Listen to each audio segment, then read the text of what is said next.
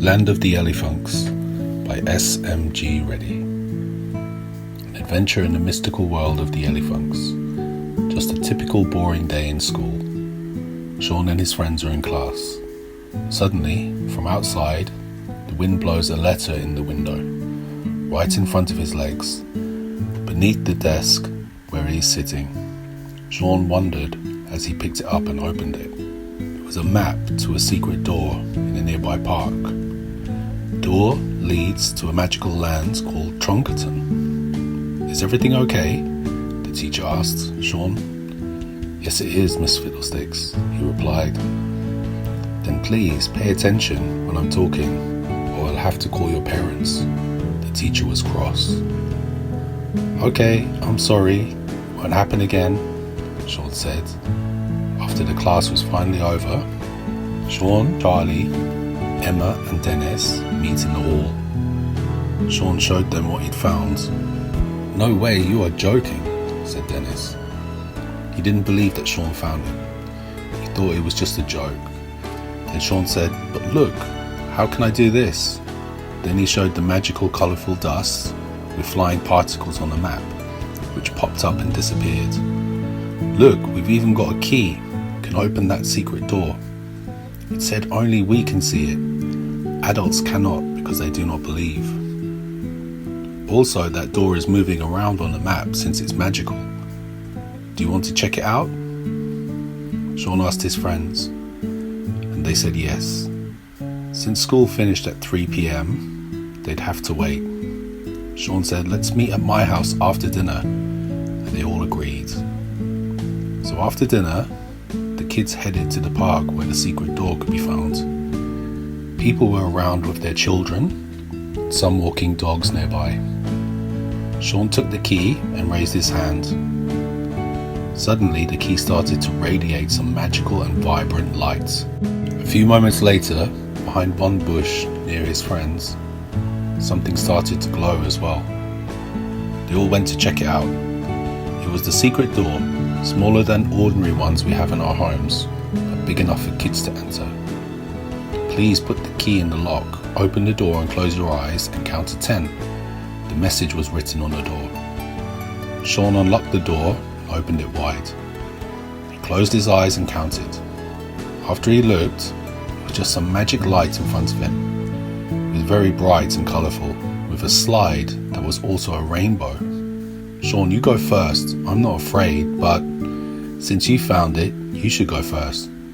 Dennis justified his fear. Emma and Charlie laughed at him. Then Shaun sat on the rainbow and slid down, and his friends followed. It was very quick, like a roller coaster. After a few meters of sliding, they landed softly on jelly. It was beautifully soft and spongy. They saw chocolate rivers and an ice cream island. Magic clouds made out of candy floss floating everywhere. Rainbows, blue skies, and some pink flying elephant-like creatures. What really captured their attention, trees with lollipops. One of the pink flying elephant-like creatures flew down to greet the children. He said, "Hi, my name is Eric the Elefunk." He even had a name badge. The kids loved those big strange animals. Eric pointed his trunk to the sky and said, "That's Ella, my GF. We will be your guide and taxi ride. We are the Elefunks," Eric said.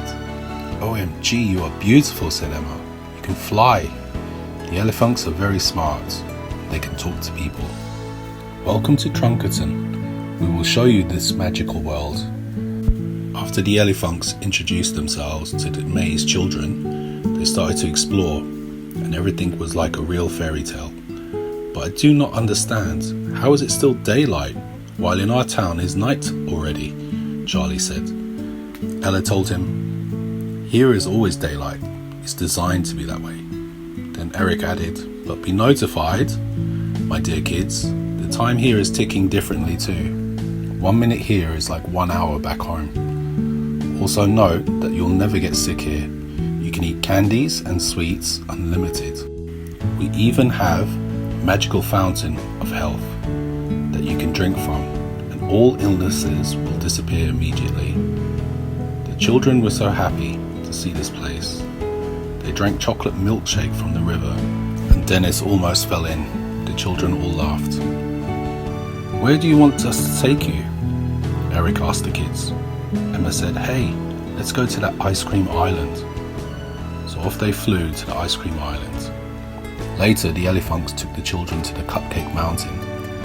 The friends had a great time flying with these magical creatures, playing and exploring around.